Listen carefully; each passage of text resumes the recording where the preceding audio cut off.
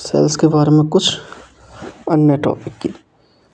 तो सेल्स के अंदर कुछ हिस्ट्री है, कुछ टर्म्स हैं जो बार बार पूछी जाती हैं। जैसे पहला वर्ड सेल्स को मेडिकल टर्म से हम साइटो कहते हैं। एक जनरल भाषा में तो हम उसे सेल्स कहेंगे, कोशिका कहेंगे हिंदी में, लेकिन मेडिकल भाषा में इसको साइटो कहते हैं।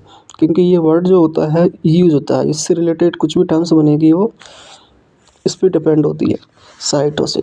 जैसे अपन सेल की स्टडी कहेंगे तो उसको साइटोलॉजी कहेंगे, ठीक है। कोई भी बॉडी की सेल्स होगी उसके पीछे साइट लगा होगा, साइट। जैसे कि लीवर सेल्स के पीछे हेपेटोसाइट है ना। तो इस प्रकार साइटो का इम्पोर्टेंट है। अब इसकी जो खोज की थी सबसे पहले रॉबर्ट हुक ने की थी, लेकिन इसने डेड सेल्स को डिस्कवर किया था। अब खोज तो खोज ही है, चाहे वो जिंदा की खोज करे या मृत सेल्स की खोज करे। इसलिए ये पहले सबसे पहले इसी ने खोज की और इसको सेल्स के फादर कहा जाता है, मतलब इसको जनक कहा जाता है, कोशिका का जनक, ठीक है। और लाइफ सेल्स, जीवित सेल्स जो सबसे पहले खोजी गई थी वो खोजी गई थी एंटोनोवान लुवेनहेक ने। लुवेनहेक ने सबसे पहले एक जीवित कोशिका खोजी थी, ठीक है। अब बात करें इसकी जो सिद्धांत है वो दिया था स्लाइडन और स्वान ने। तो ये भी कई बार क्वेश्चन पूछा जाता है कि सेल्स का जो सिद्धांत था, थ्योरी थी, किसने दी थी? स्लाइडन और स्वान ने दी थी। अब बात करते हैं कुछ और टर्म्स की जो हमें जानना जरूरी है जनरल नॉलेज की बेसिक पे। सबसे पहले बात करते हैं कि सबसे छोटी जो इकाई होती है मनुष्य की, बात करें हम मनुष्य में सोल सेल्स की, सबसे छोटी सेल्स कौन सी होती है? तो मनुष्य के अंदर हम बात करें स्पर्म सबसे छोटी सेल्स होती है। कौन सी होती है? स्पर्म। लेकिन स्पर्म क्या है? एक जर्म सेल्स है। या बात करें हम गोनेड होते हैं, ये महिला में नहीं पाए जाते। तो महिला के अंदर सबसे छोटी सेल्स क्या होगी? आरबीसी होती है। क्या होती है? आरबीसी, ठीक है। अब बात करते हैं सबसे बड़ी सेल्स की। तो सबसे बड़ी सेल्स क्या होती है? ओवम। मनुष्य में सबसे बड़ी सेल्स ओवम होती है। और ओवम की हम बात करें तो मेल्स के अंदर ओवम नहीं पाई जाती है। तो मेल्स के अंदर कौन सी सेल्स होगी? न्यूरॉन्स। कौन सी सेल्स होगी? न्यूरॉन्स। तो न्यूरॉन्स सबसे बड़ी सेल्स है किसके अंदर? पुरुषों के अंदर। और महिलाओं के अंदर सबसे बड़ी सेल्स कौन सी है? ओवम। ये आपको ध्यान रखना है। हमारी बात करें मनुष्य की तो ओवरऑल बात करें तो शुतुरमुर्ग का जो अंडा होता है या ओवम होता है वो सबसे बड़ा सेल्स दुनिया में जीवों के अंदर पाया जाता है। और सबसे छोटा जो होता है वो होता है माइक्रोप्लाज्मा, ठीक है। तो वो एक जनरल नॉलेज की बात है जो हमारे इसमें मेडिकल में कोई जरूरत पड़ती नहीं है इसकी, क्योंकि हम यहाँ पे सिर्फ ह्यूमन की बात कर रहे हैं। अब बात करें नेक्स्ट सबसे लंबी। अब लोग क्या होता है बड़ी में और लंबी में समझ नहीं पाते अंतर। बड़ा होता है और लंबा, दोनों के अंदर अंतर होता है कि लंबाई जो होती है वो ज़्यादा होती है, ठीक है। लेंथ मतलब एक तरीके से हाइट देखें अपन तो हाइट में सबसे लंबी जो होती है वो सेल्स होती है न्यूरॉन्स, ठीक है। सबसे बड़ी सेल्स ओवम होगी, लेकिन हाइट में सबसे लेंथी जो सेल्स होगी वो होगी न्यूरॉन्स की। और बात करें हम कुछ और भी इसके साइंटिफिक फैक्ट के बारे में, कुछ फैक्ट हैं जैसे कि सेल डिवीज़न। सेल डिवीज़न क्या होता है? कुछ सेल्स है, ठीक है, वो सेल्स क्या कर रही है, कई जगह पे चोट लग जाती है, अपने घाव हो जाता है, तो घाव को भरने के लिए अपन क्या करते हैं थोड़ा सा, जैसे ये घाव हो गया, अब इस घाव के अंदर हम जो आसपास की सेल्स होती हैं जी, ये वाली, वो आसपास की सेल्स इस घाव के अंदर क्या होती है, हमारी सेल्स नष्ट हो जाती है इस घाव में। तो इसको भरने के लिए ये सेल्स क्या होती हैं, यहाँ पे वापस नई सेल्स का निर्माण करती हैं। एक सेल्स दो सेल्स बनाती है ताकि एक सेल्स यहाँ की जगह पे रहे और एक सेल्स इस जगह पर जाए। ऐसे इसकी आसपास की सेल्स में क्या होता है, डिवीजन होता है, विभाजन होता है। वो डिवीजन से क्या होता है, जो हमारा घाव होता है वो भर जाता है, इसी को बोलते हैं सेल डिवीजन, ठीक है। लेकिन न्यूरॉन्स एक ऐसी सेल्स है जिसके अंदर सेल डिवीजन नहीं पाया जाता। क्यों नहीं पाया जाता?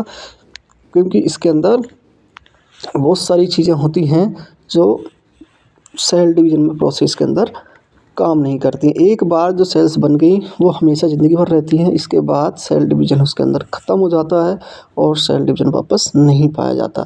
इसीलिए कहते हैं ना, सिर में चोट लग जाए, चोट लगने के बाद क्या होता है, इंसान के बहुत चांस होते हैं कि एक बार नर्व डैमेज हो गई तो दोबारा बनती नहीं है, फिर इंसान परमानेंटली उस चीज़ से डिस्टर्ब हो जाता है। अगर ब्रेन के अंदर कुछ भाग गया तो वो परमानेंट उस पार्ट का हिस्सा है, उस वर्क है, उसका काम है, वो चला जाता है। अब बात करें नेक्स्ट, सबसे तेज सेल डिवीजन किसके अंदर पाया जाता है? तो सबसे सेल डिवीजन जो होता है फास्ट, वो लीवर के अंदर पाया जाता है। लीवर हमारा जो एक जीआईटी सिस्टम का पार्ट होता है, तो लीवर के अंदर एक चीज़ और है कि इसके अंदर रीजनरेशन की भी क्षमता पाई जाती है। रीजनरेशन, ठीक है, रीजनरेशन मतलब पुनर्भवन।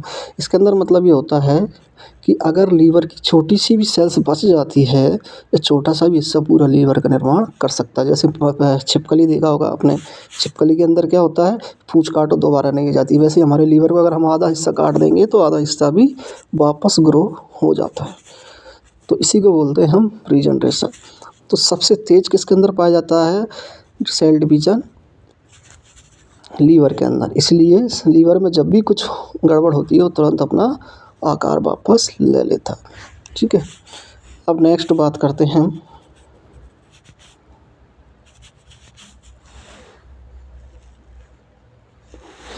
सेल्स की डेफिनेशन। सेल्स क्या हमारे शरीर की सबसे क्रियात्मक और फंक्शनल यूनिट है। इसको कह सकते हैं cell is the structural and functional unit of the human body. हमारे शरीर की सबसे छोटी इकाई को हम सेल्स कहते हैं, जो कि फंक्शनली और स्ट्रक्चर मतलब आकार में और कार्यात्मक दोनों रूप से होती है, ठीक है। सेल्स कोई ऑर्गन नहीं है, सेल्स एक सबसे छोटी इकाई है हमारे टिश्यू की। अब बात करते हैं नेक्स्ट, हमारे मनुष्य के अंदर कई सारी सेल्स पाई जाती है, ट्रिलियन में, संख्यों में, ठीक है। ट्रिलियंस सेल्स हमारे ह्यूमन बॉडी में पाई जाती हैं। अब बात करते हैं नेक्स्ट, सेल्स की बात करें अपन पहले कि क्लासिफिकेशन, स्ट्रक्चर से पहले अपन बात करेंगे इसका क्लासिफिकेशन। तो क्लासिफिकेशन में अपन देखते हैं सेल्स जो होती हैं मुख्य रूप से दो भागों में बांटी गई है। अब बात करें कि जीव जगत की जो सेल्स होती है पूरी, वो दो भागों में बांटी गई है, ठीक है। एक होती है यूकैरियोटिक्स और दूसरी होती है प्रोकैरियोटिक्स। यूकैरियोटिक्स की बात करें, जैसे यू लगा, यू किसी भी चीज़ के पीछे लग जाता है, इसका मतलब है सामान्य। सामान्य का मतलब ज़्यादातर सेल्स जो होती हैं वो इसी प्रकार की होती हैं, यूकैरियोटिक्स। किस प्रकार की होती हैं? यूकैरियोटिक्स प्रकार की होती हैं। अब ये जो सेल्स हैं वो क्या होती हैं, न्यूक्लियस के आधार पर बांटा गया है इसको। न्यूक्लियस मतलब सेल्स जो होती है, जैसे ये सेल्स है, इसके बीच में एक केंद्रक पाया जाता है, इसके अंदर और फ्लूइड भरा होता है, ये बेसिक तो होती है, ठीक है, इसके अंदर फ्लूइड भरा होता है। अब जो केंद्रक के और के आधार पे इसको बांटा गया है यूकैरियोटिक और प्रोकैरियोटिक्स। मतलब जिसके अंदर ये केंद्रक पाया जाएगा उसको अपन बोलेंगे यूकैरियोटिक्स, और जिसके अंदर एक नहीं पाया जाएगा, जैसे कि बात करें अपन, यहाँ पे डायग्राम दिखा हुआ है, ये रहा, ये केंद्रक पाया जा रहा है, इसलिए इसको अपन बोलेंगे यूकैरियोटिक। सेल्स के अंदर एक गोल मजबूत भाग पाया जाता है, ये गोल भाग है, इसके अंदर भी एक छोटा सा गोला पाया जाता है, जिसमें क्या होता है, डीएनए होता है, ठीक है, डीएनए कवर होता है। डीएनए इसके अंदर भी है, देखो प्रोकैरियोटिक्स में भी है, लेकिन इसके अंदर डीएनए कवर नहीं है किसी से, वैसे बिखरा हुआ है, ठीक है। एक झिल्ली के अंदर कवर नहीं है, एक झिल्ली के अंदर कवर होता है तो उसको अपन बोलते हैं प्रोकैरियोटिक्स, जिसको यूकैरियोटिक्स बोलते हैं। और जिसके अंदर ये कवर नहीं होता है, केंद्रक नहीं होता है, या डीएनए कवर नहीं होता है, उसको अपन बोलते हैं प्रोकैरियोटिक्स। और एक और चीज़ है कि यूकैरियोटिक्स और प्रोकैरियोटिक्स में अंतर है। प्रोकैरियोटिक्स प्रकार की जो सेल्स होती हैं उनको अपन माइक्रोस्कोप से देख सकते हैं, जनरल चीज़ें उसको देख नहीं सकते। या फिर अपन बात करें तो अच्छे माइक्रोस्कोप की आवश्यकता है। वैसे तो सेल्स तो सारी माइक्रोस्कोप में देखी जाती हैं, ठीक है, लेकिन इनको एक अच्छे माइक्रोस्कोप की आवश्यकता होती है। अब बात करें तो उसके उदाहरण, यूकैरियोटिक्स का उदाहरण हमारे मनुष्य है, जिसमें ज़्यादातर सेल्स पाई जाती हैं, ठीक है। मनुष्य में एक आरबीसी छोड़ दो, आरबीसी के अंदर न्यूक्लियस नहीं पाया जाता, तो एक अपवाद है इसके अंदर कि प्रोकैरियोटिक्स में आता है आरबीसी, ठीक है। प्लांट में भी ज़्यादातर सारी केंद्रक पाए जाते हैं। दूसरी प्रोकैरियोटिक माइक्रो ऑर्गेनिज्म में पाई जाती हैं। इस प्रकार की जो सेल्स होती हैं वो किस में पाई जाती हैं, माइक्रो, मतलब छोटे छोटे जो जीव होते हैं, ठीक है, उन छोटे जीवों के अंदर पाई जाती है जो आंखों से दिखती भी नहीं है। तो ऐसी ही ऐसे जीवों के अंदर पाई जाती हैं। अब नेक्स्ट बात करते हैं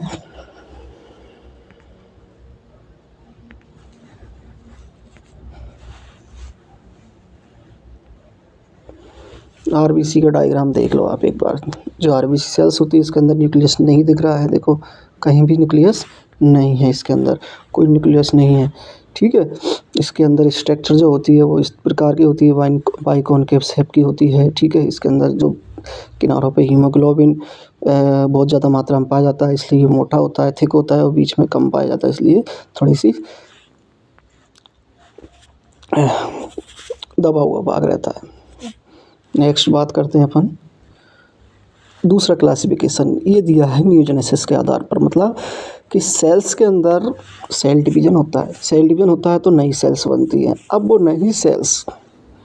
नई सेल्स अपनी पहली जैसी सेल्स के समान बनेंगी, तो उस प्रकार की सेल्स को अपन अलग नाम देंगे, और जो सेल्स हैं सेल डिवीजन के बाद अलग सेल्स का निर्माण करेंगे उन्हें अपन अलग नाम देंगे। तो पहला बात करते हैं अपन जर्म सेल्स। जर्म सेल्स की बात करें तो जर्म सेल्स क्या होती हैं,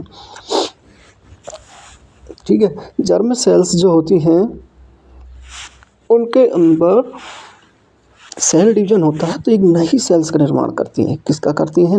नई सेल्स का, ठीक है। और इसके अंदर इसी वजह से जो क्रोमोसोम होते हैं, हमने बताया कि केंद्रक होता है, केंद्रक के अंदर डीएनए में हमारे क्रोमोसोम्स पाए जाते हैं। अब वो क्रोमोसोम्स जो होते हैं, हमारे मनुष्य की बात करें तो मनुष्य के अंदर क्रोमोसोम्स की संख्या कितनी होती है? 46। कितनी होती है?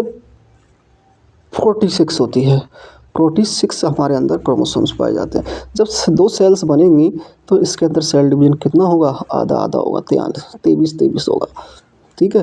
तो इस प्रकार की जो सेल्स होती है, जब सेल्स में सेल डिवीजन होता है तो 23 बनता है, और 23 बनेगा तो इस आधे रह जाएंगे, हाफ रह जाएंगे। क्या होंगे? क्रोमोसोम्स हाफ हो जाएंगे, और हाफ क्रोमोसोम्स को हम दूसरी पीढ़ी में हाफ ही जाएंगे वो, ठीक है। जब 2 सेल्स बनेंगी तो वो हाफ हाफ बनेंगी, पूरे क्रोमोसोम्स नहीं जाएंगे इसके अंदर। अब बात करते हैं, इसलिए इनको सेल डिवीजन के लिए 2 सेल्स की आवश्यकता होती है। इसमें क्या होती है? 2 सेल्स करके ही सेल डिवाइड हो पाती हैं। तो एक जैसे हम बात करें, ये जर्म सेल्स जो होती हैं वो गैमेट्स कहलाती है। गैमेट्स मतलब स्पर्म और ओवम। क्या कहलाती हैं? गैमेट्स कहलाती हैं, स्पर्म सेल्स और ओवम। अब ये अलग अलग है, ये मनुष्य की है स्पर्म सेल्स, और ये है ओवम महिला की, ठीक है। तो बात करें पुरुष और महिला की अलग अलग सेल्स होती हैं, स्पर्म और ओवम। दोनों का फर्टिलाइज होगा, 23 इधर से जाएंगे और 23 इधर से आएंगे, तब 46 होंगे, ठीक है। तो सेल डिवीजन में इनका पार्टिसिपेशन हाफ होता है, और इससे नई जो सेल्स बनेगी वो इन दोनों सेल्स से अलग होगी, ठीक है। क्या होगी? इन दोनों सेल्स से भिन्न होगी। कुछ लक्षण इसके होंगे, कुछ लक्षण इसके होंगे, इसीलिए इसको जर्म सेल्स कहा गया है, ठीक है। अब ये देखो, ओवम सेल्स आप देख सकते हो इस प्रकार की होती है, स्पर्म सेल्स इस प्रकार की होती है। ये सबसे छोटी सेल्स है, ये सबसे बड़ी सेल्स है, जो आपको पीछे बताया था लास्ट पेज के अंदर। अब बात करते हैं नेक्स्ट,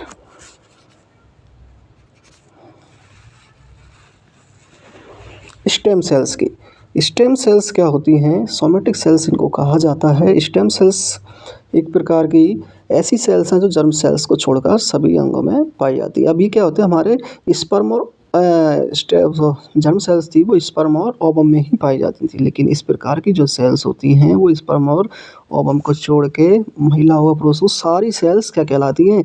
स्टेम सेल्स कहलाती हैं। इनके अंदर कोई स्पेशल फीचर नहीं होता, ये बिल्कुल अपनी जो सेल डिवीजन से पहले की जो सेल्स होती हैं, यानी कि अपन बात करते हैं इनकी जनक जो होती हैं, माता पिता जो होते हैं, उनसे ही, यानी कि हमारे शरीर की कोई भी हिस्से की सेल्स हैं वो उसकी सेल्स के समान जब बनाएंगी तो सेम बनेगा।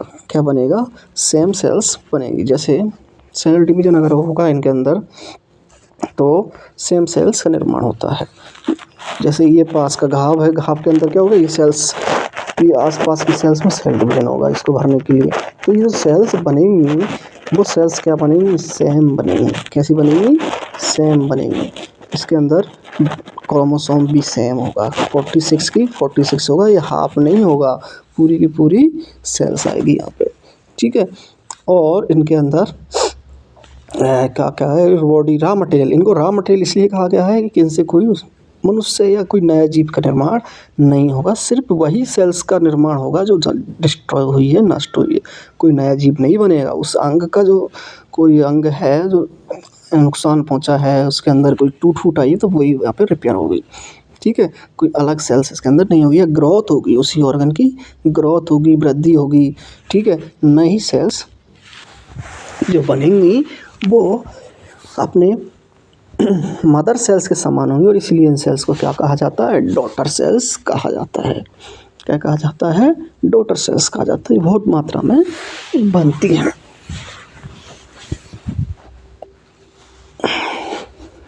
अब नेक्स्ट बात करते हैं स्टेम सेल्स के उदाहरणों की। तो आपको दिखा दें, बहुत सारे हैं हमारे शरीर में, इसमें से कुछ उदाहरण मैं आपको दिखा रहा हूँ। जैसे कि स्टेम सेल्स, हार्ट के अंदर कौन सी स्टेम सेल्स पाई जाती है, कार्डियक सेल्स, ठीक है। जीआईटी के अंदर कौन सी स्टेम सेल्स पाई जाती है, हार्ट के अंदर ये पाई जा रही, ठीक है, इस प्रकार की दिखती है। ये हार्ट के अंदर कार्डियक सेल्स पाई जाती है इस प्रकार की। ये जीआईटी के अंदर इंट्रोसाइट सेल्स पाई जाती है।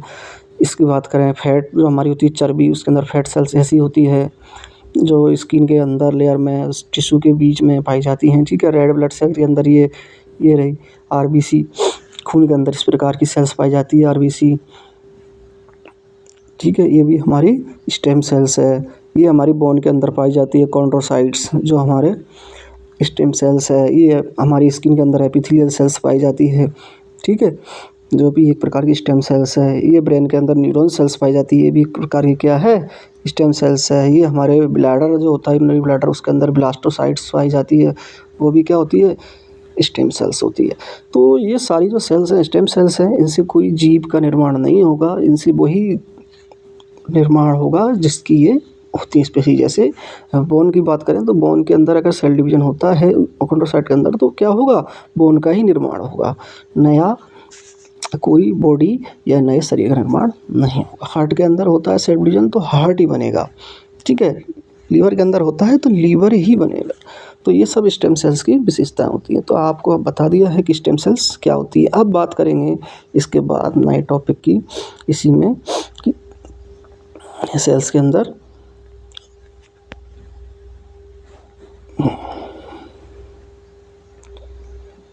जो सेल्स होती है, मुख्य रूप से सेल्स का कंपोजिशन की बात करें अपन, सेल्स के अंदर क्या क्या पाई जाती है स्ट्रक्चर में, तो 3 मुख्य चीज़ें सेल्स के अंदर पाई जाती हैं।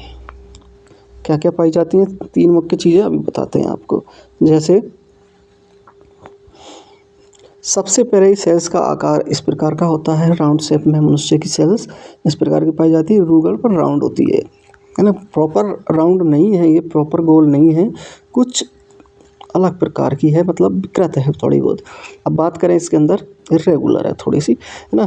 तो सबसे पहले सेल्स के अंदर 3 मुख्य तत्व पाए जाते हैं। क्या पाए जाते हैं, 3 मुख्य तत्व। जैसे कि सबसे जो आवरण होता है इसका, बाहरी आवरण जो होता है वो क्या कहलाता है, हमारे सेल मेम्ब्रेन, जिसको कवर करके रखता है। जैसे कोई थैली है, उसमें हम सब्जी डाल लो, आलू डाल लो, प्याज डाल लो, थैली क्या है, एक प्रकार की हमारी कह सकते हैं सेल मेम्ब्रेन है। और उसके अंदर जो सब्जी भरा होता है, कुछ लिक्विड डाल दो उसके अंदर, वो बाकी के तत्व। जैसे इसके अंदर अगर लिक्विड सा भरा होता है पदार्थ, जली जैसा पदार्थ होता है, या और जो कंटेंट होते हैं सिर्फ न्यूक्लियस को छोड़ के, एक गाढ़ा पदार्थ होता है, इसको छोड़ के हम बाकी सारी चीज़ को क्या कहते हैं, साइटोप्लाज्म कहते हैं। क्या कहते हैं, साइटोप्लाज्म कहते हैं। और जो बीच में बड़ा सा भाग होता है उसको हम न्यूक्लियस कहते हैं। क्या कहते हैं, न्यूक्लियस, ठीक है। ये क्या कहलाता है, न्यूक्लियस कहलाता है, जो कि बीच में भाग होता है। बाकी इसको सारे छोड़ के सेल मेम्ब्रेन के अंदर जो भी हिस्सा होगा वो सब साइटोप्लाज्म कहलाएगा। तो ये 3 मुख्य बातें हो गई हैं इसके बारे में। अब इसके अंदर तीनों भागों को और भी सब डिवाइडेड किया गया है। सेल मेम्ब्रेन को इतना डिवाइड नहीं किया गया है, लेकिन साइटोप्लाज्म जो होता है बहुत बड़ा है ये, ठीक है। तो इसके अंदर 2 प्रकार के तत्व पाए जाते हैं साइटोप्लाज्म में। एक तो सेल ऑर्गेनेली, दूसरा है सेल इंक्लूजन, ठीक है। सेल ऑर्गेनेली और सेल इंक्लूजन, दोनों प्रकार के तत्व में अंतर ये है कि सेल ऑर्गेनेली होता है वो क्या होता है, लाइव होता है, जीवित होता है। ये तत्व क्या होते हैं, जीवित होते हैं, वृद्धि करते हैं, मूवमेंट करते हैं, तो इसको जीवित कहा गया है। इनको ऊर्जा की आवश्यकता होती है। और दूसरे जो होते हैं सेल इंक्लूजन्स, वो क्या होते हैं, नॉन लिविंग होते हैं, इनके अंदर कोई भी जीवन नहीं पाया जाता। अब बात करते हैं नेक्स्ट कि सेल ऑर्गेनेली के अंदर कौन कौन से तत्व आते हैं। Endoplasm, reticulum, mitochondria, Golgi body, ribosome, lysosome, centrosome, platelets, ये सारे तत्व क्या होते हैं, जीवित होते हैं, जो इसके अंदर पाए जाते हैं। जबकि सेल इंक्लूजन के अंदर ग्रेनुल्स और वैक्यूल्स पाए जाते हैं, जो कि नॉन लिविंग होते हैं। अब बात करते हैं तीसरा पार्ट की न्यूक्लियस। तो न्यूक्लियस के अंदर भी जो बीच का वाला भाग है न्यूक्लियस, उसके अंदर भी जैसे न्यूक्लियस है, तो न्यूक्लियस के कवर करने के लिए एक न्यूक्लियर मेम्ब्रेन होगी, और इसके अंदर भी क्या होगा, फ्लूइड भरा होगा, जिसको अपन क्या बोलेंगे, न्यूक्लियोप्लाज्म बोलेंगे। क्या बोलेंगे, न्यूक्लियोप्लाज्म बोलेंगे। और न्यूक्लियस के अंदर भी छोटा न्यूक्लियस होगा, जिसको अपन न्यूक्लियोलस बोलेंगे। क्या बोलेंगे, न्यूक्लियोलस बोलेंगे। और इसके अंदर कुछ फाइबर जैसे तत्व होंगे, जिनको हम क्या बोलेंगे, क्रोमेटिन फाइबर बोलेंगे। तो ये हो गई न्यूक्लियस की स्ट्रक्चर। अब हम इसको अभी डायग्राम वापस समझाएंगे। भी मोटा मोटा बताया आपको कि इस प्रकार का होता है, एक एक चीज़ को हम डायरेक्टली पढ़ेंगे यहाँ पे। नेक्स्ट बात करते हैं हम, पहला पार्ट लेते हैं इसमें से सेल मेम्ब्रेन। ठीक है, कंपोजिशन है सेल्स की, वो कंपोजिशन के अंदर क्या होते हैं, सेल मेम्ब्रेन पहला पार्ट है। तो सेल मेम्ब्रेन के बारे में हम पढ़ते हैं। सेल मेम्ब्रेन क्या होती है, एक कवरिंग लेयर होती है। क्या होती है, एक कवरिंग लेयर होती है सेल मेम्ब्रेन। इसे हम प्लाज्मा मेम्ब्रेन के नाम से भी जानते हैं। किसके नाम से जानते हैं, प्लाज्मा मेम्ब्रेन। ये प्लाज्मा मेम्ब्रेन के नाम से भी हम इसको जानते हैं।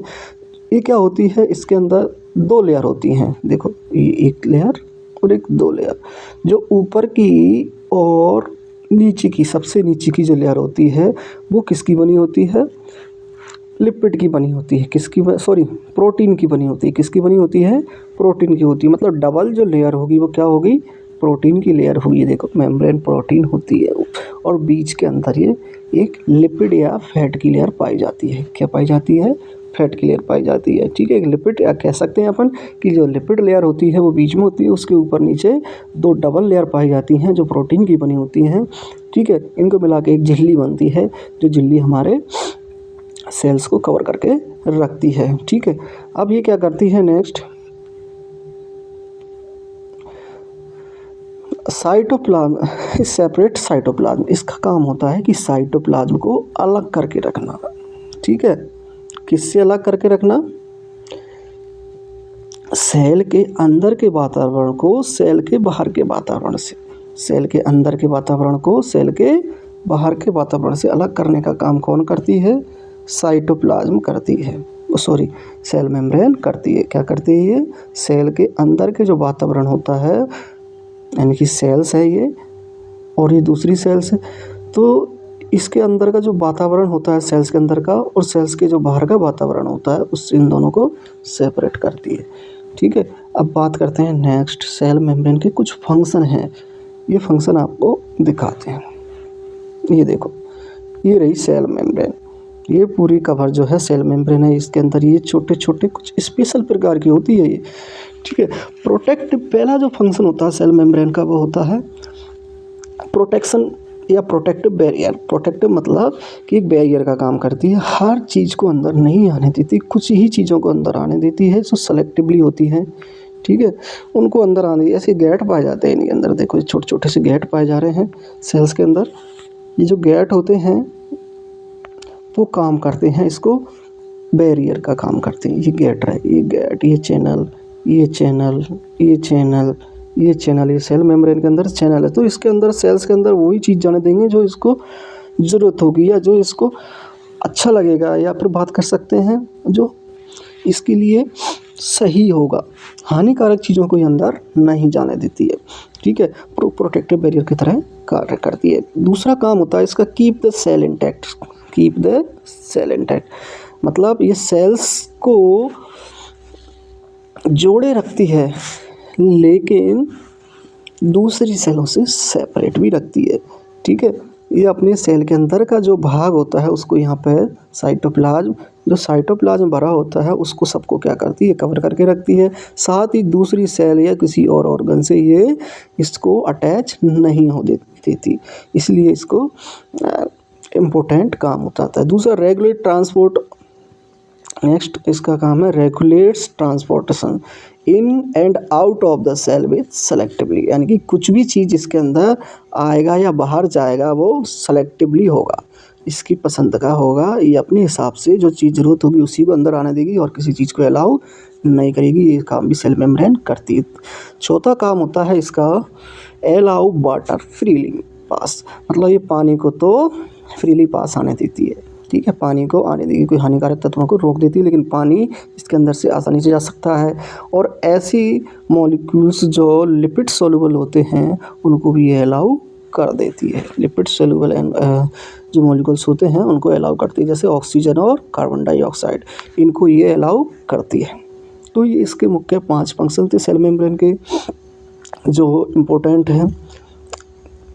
और ये टॉपिक जो होता है बहुत बढ़िया टॉपिक है, आप शुरू से समझोगे क्योंकि सबसे छोटी इकाई, यहीं से आप चीज़ों को समझते जाओगे। बहुत अच्छा टॉपिक है, रिवीजन करो, इसके नोट्स भी आपको मिल जाएंगे, ठीक है। कमेंट में बॉक्स में आपको इसके नोट्स मिल जाएंगे, वहाँ से आप पढ़ सकते हैं हिंदी में भी और इंग्लिश में भी। इसको रिवीजन में आपको करा दूँ, सेल्स हमारे बॉडी की सबसे छोटी इकाई होती है, ठीक है। और इसके अंदर 3 भाग मुख्य रूप से पाए जाते हैं, कौन कौन से, जैसे कि